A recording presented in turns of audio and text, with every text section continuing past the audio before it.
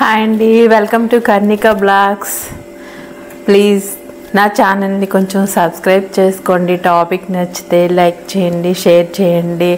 అందరూ బాగున్నారా? ఇదిగో మెయిన్ టాపిక్. ఇది గోరింటాకు మా ఇంటి పక్కోళ్ళు 3 రోజులు అయిందండి ఇచ్చి ఫ్రిడ్జ్లో పెట్టి మర్చిపోయాను.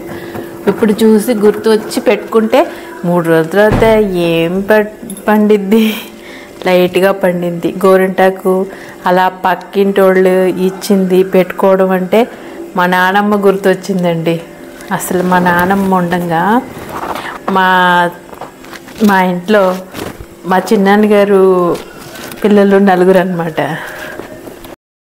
4 పిల్లలు అయితే 4లో 3 అమ్మాయిలు 1 అబ్బాయి.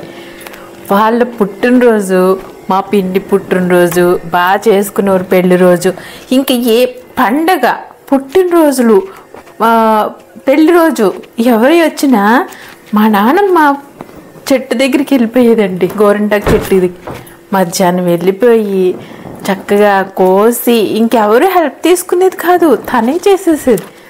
కోసి ఆ రుబ్బు రోల్లో వేసి రుబ్బి నేను మా అన్నయ్య అంటే పెట్టుకునేవాడు కాదు కదా, ఉండేవాడు కాదు. నేను వాళ్ళు 4 వాళ్ళు పాదాలకు కూడా బూట్లు వేసుకుంటారు. అలాగా పాదాలకి ఎంత రుబ్బేదండి. చెయ్యి 2 చేతులు ఎర్రగా పండిపోయి. మా బాప ఏమో పెట్టేది. బాప అంటాం మేనత్తల్ని, బాప అనే అలవాటు. తను పెట్టేదన్నమాట పిల్లలకి, మాకు చక్కగా పెట్టేదండి. అసలు గోరింటాకు అంటే ఇప్పుడు హల్దీ ఫంక్షన్లోనే చూస్తున్నాం పెద్ద, అదే మెహందీ ఫంక్షన్ అని. కానీ నా చిన్నప్పుడు మా బాప గారి ఇంట్లో మా పిన్ని ఇంట్రెస్ట్కి ఆ పిల్లలు పెట్టుకోవడానికి, మా నాన్నమ్మ చేయడానికి, అసలు వాళ్ళ ఇంట్లోనే సందడండి. అసలు పుట్టినరోజు, పెళ్లి రోజైనా అసలు ఒక అమ్మాయి పుట్టినరోజు వస్తే అందరూ అనమాట, అందరూ ఇంకేదో పండగలా, గోరింటాకు పండగలాగా ఉండేది. రుబ్బటం, పెట్టడం, అది నిద్రపోకుండా అన్నాలు తినిపించడం. నిద్ర వచ్చేస్తే మా చెల్లి ముందే ఒక ముద్ద ఎక్కువ పెట్టేసాడు, ఒక గుద్దుతనం అని తినిపించి అసలు చాలా బాగుండేదండి. అలాంటి రోజులు మళ్ళీ రావు. మా నాన్నమ్మని ఎక్కడ చూడదు. అప్పట్లో అలా ఉండేవాళ్ళండి పెద్దోళ్ళు. అప్పట్లో అలా ఉండడం అంటే అత్తగారు మా పిన్నికి దొరకడం చాలా. పిన్ని అంటే పిన్ని కాదు, కూతుర్నే కొడుక్కి చేసుకుందనమాట. మా పిన్ని కాలేజీకి వెళ్తా పిల్లల్ని పుట్టిన మా నాన్నమ్మే చూసుకునేది. కాలేజ్కి వెళ్ళి చదువుకుని వచ్చేదన్నమాట. అలా ఉండేది. ఈ గోరింటాకు విషయంలో అసలు చాలా ఇదిగా ఉండేది. అంత చేసేది మా నాన్నమ్మ. అసలు అలా ఇంటికి పెద్దవాళ్ళు కనిపించేవాళ్ళండి. ఇంట్లో పెద్దవాళ్ళు ఎవరో ఒకళ్ళు కనిపించేవాళ్ళు. అలా చేసేవాళ్ళు లేదో తెలియదు కానీ ఇంటికి నానమ్మ, అమ్మమ్మ, మాల్చమ్మ, మహాలక్ష్మి ఆవిడ పేరు మాల్చమ్మ అమ్మ చేసేసారు. మా నానమ్మ రావులమ్మ, రే రామాదేవినో ఇలా పెట్టేశారు పేర్లు. అలాగా అమ్మ అని కలిపేయటం వల్ల పేర్లు కూడా మార్చేసి మరి పిలిచేసేవారు. తెల్ల చీరలు కట్టుకుని, తెల్ల జుట్టు వేసుకుని, తెల్ల దిద్దులు పెట్టుకుని ఉండేవాళ్ళు. ఇంకా కొంతమంది పుణ్యస్త్రీలు అనుకోండి, కలర్ చీరలు కట్టుకొని జుట్టు అంతా పువ్వులు పెట్టుకోవడం, తెల్లగా ఉన్న వాళ్ళు కొంచెం ఇదిగా. కానీ వీళ్ళు విడోస్ కదా, ఆ తెల్ల చీర తెల్ల జుట్టులో చిన్నప్పుడు చూడటానికి భయం వేసేది. అనకూడదు కానీ భయం వేసేది. కానీ మా నాన్నమ్మ చాలా చేసిందండి పాపం. చాలా ఇంట్రెస్ట్గా చేసేది. అంటే మా మేనత్త కూతుర్ని మా చిన్నానికి చేశారనమాట. అంటే వదిన అవ్వాల్సిన పిన్ని అయింది. ఈ పిల్లల్ని చాలా తనే ఎక్కువ, మా 4 పిల్లల్ని కూడా తనే ఎక్కువ చూసుకునేదండి. ఈ గోరింటాకు విషయంలో మాత్రం మా నాన్నమ్మకి నిజంగా హ్యాట్సప్ చెప్పాలి. అసలు ఎంత ఇదిగా, ఎంత దూరమో తెలిసిన వాళ్ళ ఇంటికి వెళ్ళి అక్కడికి వెళ్ళి దాన్ని కోసి కోసుకుని వచ్చేస్తే ఇళ్ళల్లో దూసుకొచ్చేస్తుంది. దాంట్లో ఈనులు ఇవన్నీ ఉంటాయి. ఎంత ఏరాలు, గోరింటాకు గింజలు కూడా వచ్చేది. మళ్ళీ అదో పెద్ద పని. ఇదంతా అయిపోతే కాకి బుడ్డని పొలాల్లో పాడుబడిపోయిన పొలాల్లోనూ చెత్తలోనూ వేసి, చెత్త అంటే చెత్త కాదు, కర్రల మీదే ఉండేది కంపల్సరీ. అది కర్రల దగ్గరికి వెళ్ళి ఆ కర్రల్లో వెతికి మళ్ళీ దాన్ని మట్టి పట్టేసినట్టు, తుప్పు పట్టేసినట్టు నల్లగా ఉండేది. కాకిబుడ్డ అంటారంట దాన్ని. కాకిబుడ్డ ఇక్కడ ఎందుకు పెట్టేది నానమాట, నువ్వు నోర్మి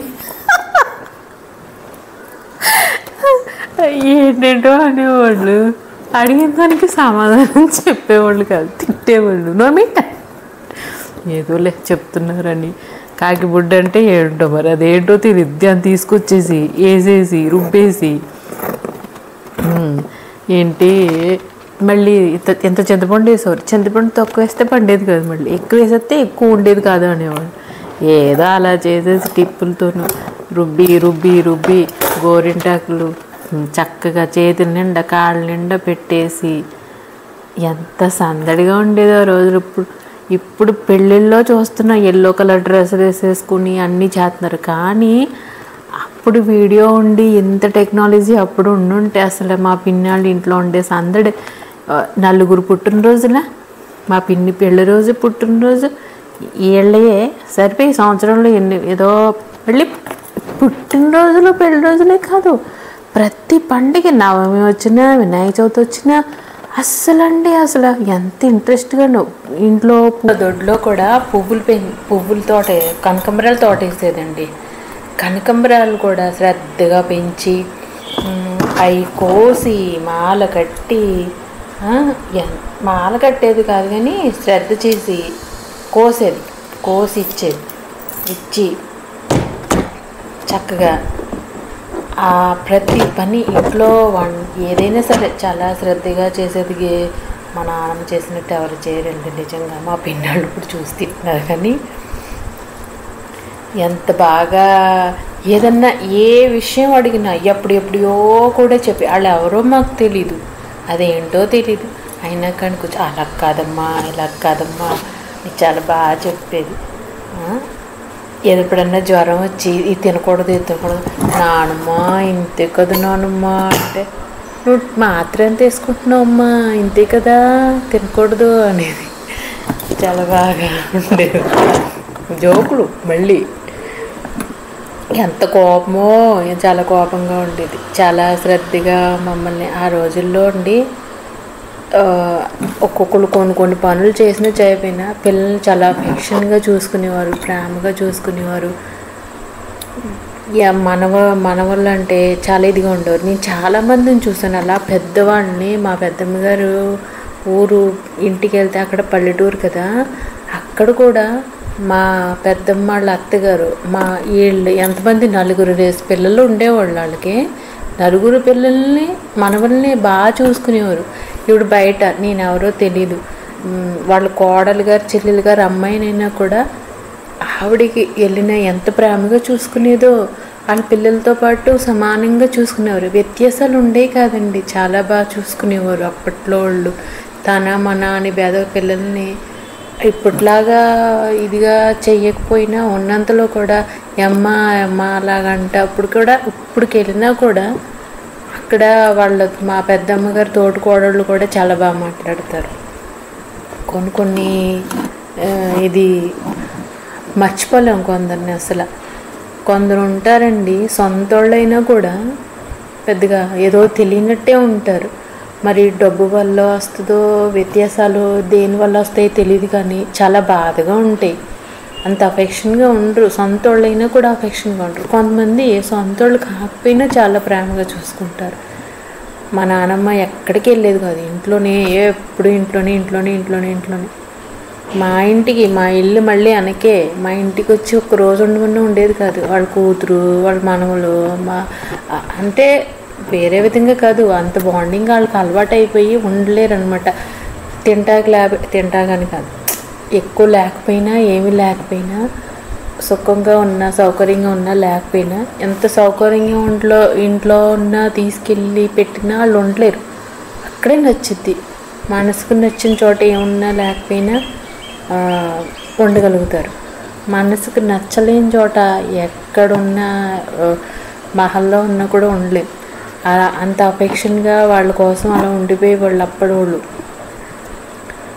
మా నాన్నమ్మ చచ్చిపోయి ఎక్కడుందో కానీ చాలా బాగా ఉండేది అసలు. ఆ గోరింటాకు విషయం మాత్రం అసలు ఎప్పుడు గోరింటాకు చెట్టు అనగానే గుర్తొచ్చేది మా నాన్నమ్మ. అసలు అంత బాగా చేసేదండి. ప్లీజ్ నా ఛానల్ని సబ్స్క్రైబ్ చేసుకోండి, లైక్ చేయండి. మీ ఇంట్లో కూడా ఇలాంటి అఫెక్షన్గా ఉన్న పెద్దవాళ్ళు, అంటే అందరూ అఫెక్షన్గా లేరా అని కాదు, ఉంటారు, అంతకు మించి కొంచెం ఎక్కువ చూపించేవాళ్ళు ఉంటారు కదా. కొంతమంది వింటాము మా నాన్నమ్మ సరిగ్గా ఉండదో, లేకపోతే ఇదో అదో అదే ఏదో ఉంటుంది. అలా కాకుండా ఇంత అఫెక్షన్గా ఉండేవాళ్ళు అంటే దయచేసి కామెంట్ చేయండి, లైక్ చేయండి. Thank you for watching.